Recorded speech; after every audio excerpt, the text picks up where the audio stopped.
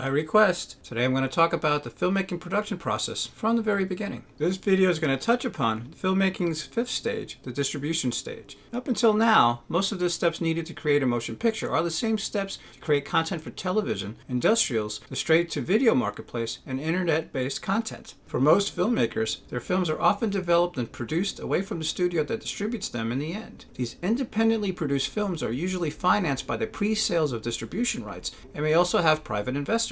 We'll get into distribution rights and a negative pickup deal, preemptive offers, projected profits, and cross-collateralization, and how some distributors are creative with their bookkeeping. All that more coming up.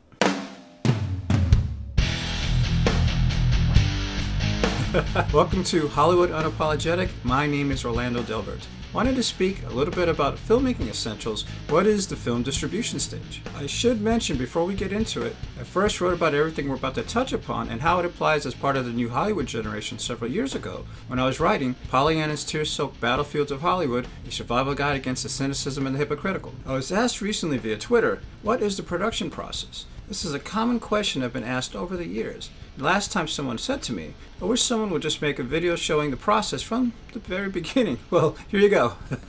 I have to mention up front, there is a lot to creating our vision, and most of the steps for a motion picture and for television are the same in the most part, but distribution is different. Plus, the growing availability of digital and self-distribution outlets online, and with the growing popularity of crowdfunding, there's multiple ways to get your vision financed and your voice heard. Be sure to check out the videos in the playlist. New to film production? Start here. And remember, preparation is the key to you and your project's success. Are you ready? The fifth and final stage in the filmmaking process is the distribution stage. It doesn't matter the amount of time and effort that has gone into creating your film if no one ever sees it. Having it as a vanity piece will not further your craft, career, nor the careers of anyone else who bled and sweat alongside you in this adventure. Up until now, most of the steps needed to create a motion picture are the same steps to create content for television, industrials, straight-to-video marketplace, and internet-based content. The steps are generally the same, even if less people and money are involved, but distribution is not. When your project was in the development stage, you should have considered what would be the best distribution outlet for the project. Will your film be released theatrically to cinemas? Will your film be released directly to consumer media such as DVD or Blu-ray? Will the film be released as digital downloads and streaming media available to the public from a media provider or through your website? If your film is being distributed by a film distributor, there usually will be a red carpet premiere and a launch party to maximize the public relations buzz. Press releases, press review screenings, and interviews are all designed to help have the best impact.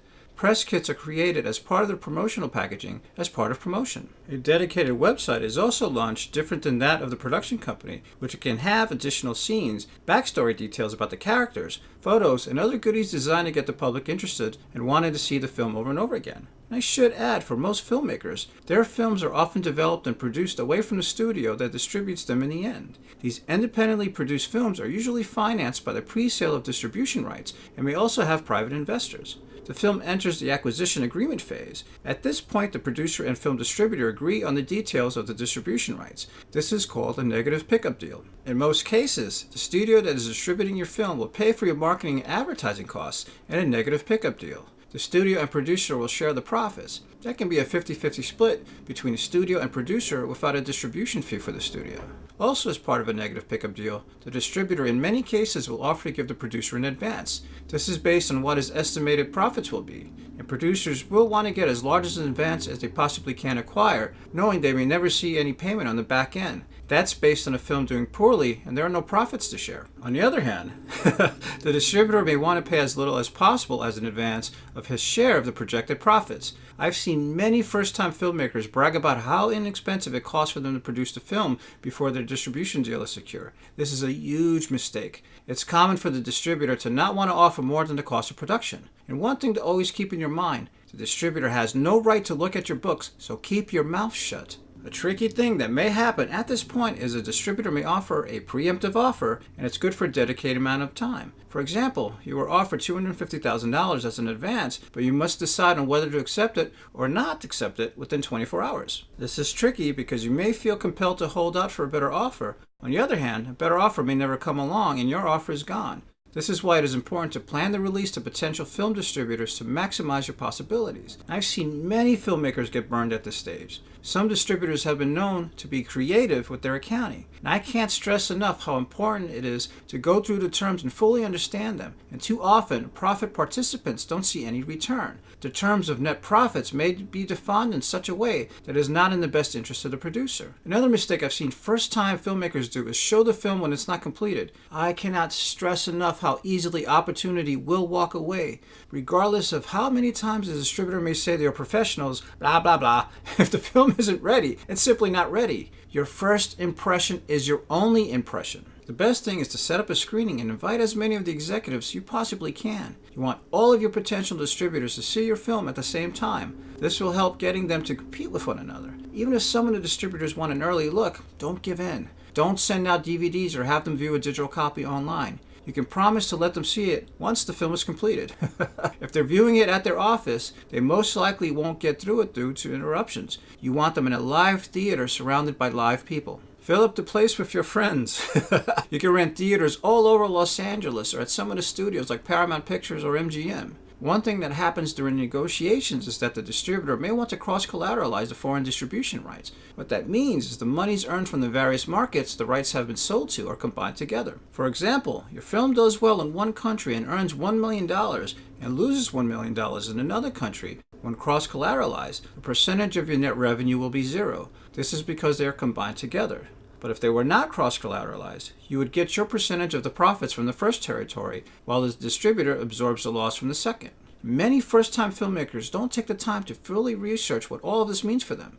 You should learn as much as you can before you begin reaching out to distributors about them. There are many unscrupulous distributors out there as well. You can do searches online and check the Superior Court dockets in Los Angeles for past lawsuits against them. You also want to check the distributor's financial health and reputation. Take the time to see if they're distributing other films similar to yours to avoid a possible conflict of interest. And by this point, you should have an experienced entertainment attorney representing your deal. Let me give you the 10 things you and the attorney should be mindful of. The amount of the advance, the extent of the rights, foreign and or domestic, which markets, if any, are cross-collateralized, and are there any ancillary rights? Are there distribution or overhead fees? What is the accounting schedule? Will it be monthly or quarterly? What is the track record of the distributor? Does the distributor have any leverage with the exhibitors when monies are owed? And how and when is payment done? What is the marketing commitment and is it guaranteed? How much input does the producer have over theater selection and artwork, and for what markets? How much input does the filmmaker have in promotion process? In the event the distributor decides to back out early on the film's distribution, does the producer have the rights to regain distribution rights? These are all deal points that need to be clear before signing off. An experienced attorney's job is to be your advocate. You want someone who is able to negotiate, or better said, improve a distributor's offer. The first thing to do during the distribution stage is to consider your distribution outlets. And if you haven't made a game plan for distribution, now is the time. For a filmmaker in the early part of his or her career, there are options in the independent filmmaking community. Being outside of the traditional forms of film distribution through the studios, financing, distribution, and marketing are harder to accomplish. Most independent filmmakers attempt to have their films seen at film festivals. And one thing you should know, some film festivals have an unspoken criteria where they have a preference for student projects. I've seen productions I've worked on go nowhere because once the films were submitted and the fees were paid, they weren't selected. And on more than one occasion, the film's director was told by someone inside that particular film festival of the preference of their choices. And I don't want to give the impression this is every film festival. It certainly is not, but I have seen this plenty of times. Bless you, Internet. The Internet, without a doubt, has made our world smaller. Now there are Internet film distribution companies that offer an online distribution service geared towards the independent filmmaker. And some of those have helped get films sold via mainstream marketplaces and reach a global audience. Plus, sites like YouTube have programs that can allow content creators monetize their products. But remember to do your research. Some of these sites offer somewhat inexpensive services to help your film be seen. Others offer very little financial return. You would need to decide on whether making money on this project is your first priority or is having a strong calling card to showcase your work is, so you have better financial and distribution options for your next project. Sometimes you can't have both, unfortunately. There are tons of examples in the reality show world of lowbrow programming giving up as sacrificial lambs by their content creators. This is all part of a plan to gain accessibility to better resources for the next project. And remember, once your first project is out there for the world to see, it's easier for doors to open for the next one. So make sure you weigh out all of your pros and cons as you're making your list. I didn't want to get too detailed about online distribution now because emerging trends make it difficult to be specific on some technological trends because the technology grows at such a fast rate and is only increasing. A product or service may be obsolete 6 months from now and the replacement may not be available to the mainstream just yet. The American film market.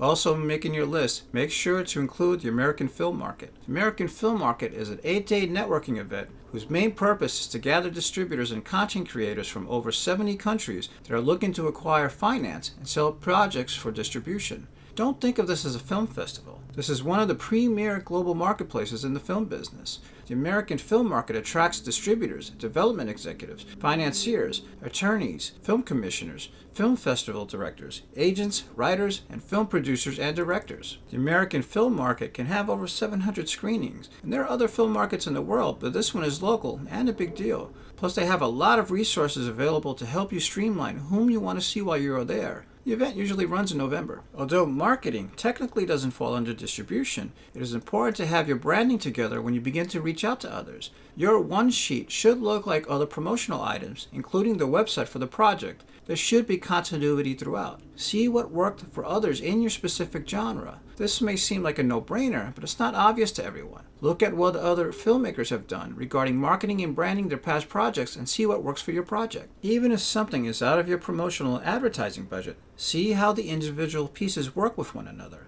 There will always be something you can take from another project's successful campaign that works that may be able to use as inspiration. Look for continuity. A huge mistake young filmmakers make is they don't have consistency between promotional items. Good branding is what people will remember. And don't be afraid to think out of the box. You don't always need a lot of money to get attention. A good example is Daniel Myrick's and Edward Sanchez's The Blair Witch Project, released in 1999. The film's story was about 3 student filmmakers who disappeared in the Black Hills near Burkittsville, Maryland in 1994. They were filming a documentary about a local legend known as the Blair Witch. A year later, their film and sound equipment was discovered. The Blair Witch Project is the actual film that was discovered. All of the marketing pushed the film's discovery, which worked well for a horror film. And worked well it did. The film grossed over $248 million USD worldwide, making it one of the most successful independent films of all time. This led to Book of Shadows, Blair Witch 2 the following year, as well as building a franchise with novels, comic books, and video games. And by the way, the 3 student filmmakers that disappeared actually never disappeared. Really hope I got their name right. Television distribution is a whole different animal. Yes, the American film market is also a good place to pitch your television series idea. But you should know a little bit about mainstream television content development beforehand. There is a misconception that mainstream television is dying, and that misconception is driven in part by a high number of low-budgeted reality programming running on the airways right now. Some can argue that competing technology is growing too quickly for Hollywood to keep up, and the studios and networks are falling behind. This could be talked about all day and night, but the reality is that everything in Hollywood is about making money, big money. And Hollywood has and will always invest in lobbying, regulation, litigation, and enforcement of the law to protect their properties. One of the key factors most people don't know about is that a lot of business decisions in television are based around affiliate fees. $32 billion a year in fees. Over the last 30 years, affiliate fees have become the lifeblood and the primary revenue stream on how the content for television is produced, financed, and packaged. You pay a fee to your cable or satellite provider, and a share of your subscription fee is shared back to the content owner and distributor. This is usually on a subscriber-by-subscriber basis. But what is interesting to see is how this really works.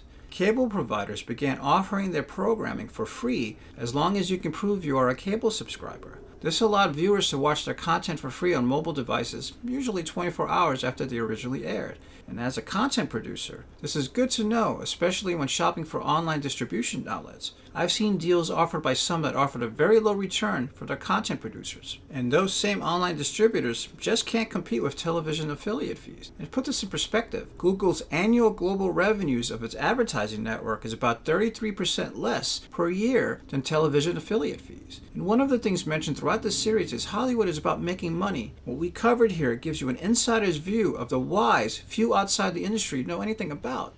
Even many content creators in the Hollywood trenches are not fully aware of much what we have touched upon. Without a doubt, there's a lot of information we have just gone over, and when looking at it in one shot, it can be a bit overwhelming. Please don't let that discourage you. Use this information as a guide to make your plan and to build your timeline to see your project come into fruition. Use this information as a tool so you can better serve you and help protect your project's integrity, your crew, and yourself better. And don't forget to have fun with it. Making a film takes a lot of effort to see all of the way through, but definitely can be worth it. Your experiences stay with you for the rest of your life. And the lessons learned as a content creator can also help build leadership qualities and an entrepreneurial approach to life. Make your plan, take a breath, go for it. You can do it once you believe you can. Please consider what I offered you today and consider what your role is as a new generation of content creators. And feel free to take advantage of other members in the New Hollywood Generation community. We are all here to grow together and to help one another. As members of the New Hollywood Generation, take the time to assess what your short-term and long-term goals are. Create a timeline of where you are today and where you would like to see yourself in a year, 2 years, 5 years, 10, professionally, financially, and personally. Do your research and learn what you can about technology, distribution outlets, contracts, and of course, set etiquette and protocols. All of these things are important and help to make you of value to others in our industry and to yourself. The lessons learned as a content creator can help build leadership qualities and an entrepreneurial approach to life. The process will help you build structure and the discipline needed to be a success. Use this information as a tool so that you can protect your integrity and yourself better.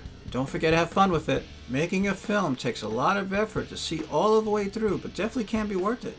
Your experiences stay with you for the rest of your life. Make your plan, take a breath, go for it. You can do it once you believe you can. Are you ready for the challenge? If you're looking for filmmaking for beginners, Filmmaking 101, and for some filmmaking tips on how to want to be a filmmaker, make sure to click on the subscribe button. Click that bell so you don't miss anything. Looking for how to filmmaking essentials? Be sure to check out the videos in the playlist. New to film production, start here. Think of this channel as a film crash course or filmmaking crash course and an introduction to filmmaking entrepreneurship to build the skills needed well beyond just how to succeed Hollywood and beyond whatever discussion other how-to film school, how-to indie filmmaking, in general, how to film industry channels don't talk about. The whys you truly need to know to help you grow as a thought leader in life, the entertainment industry, and how it applies as part of the New Hollywood Generation is in this video series and in the Pollyanna's tear-soaked Battlefields of Hollywood, a survival guide against the cynicism and the hypocritical series of books. Links below. Remember, preparation is the key to you and your project's success. Ready?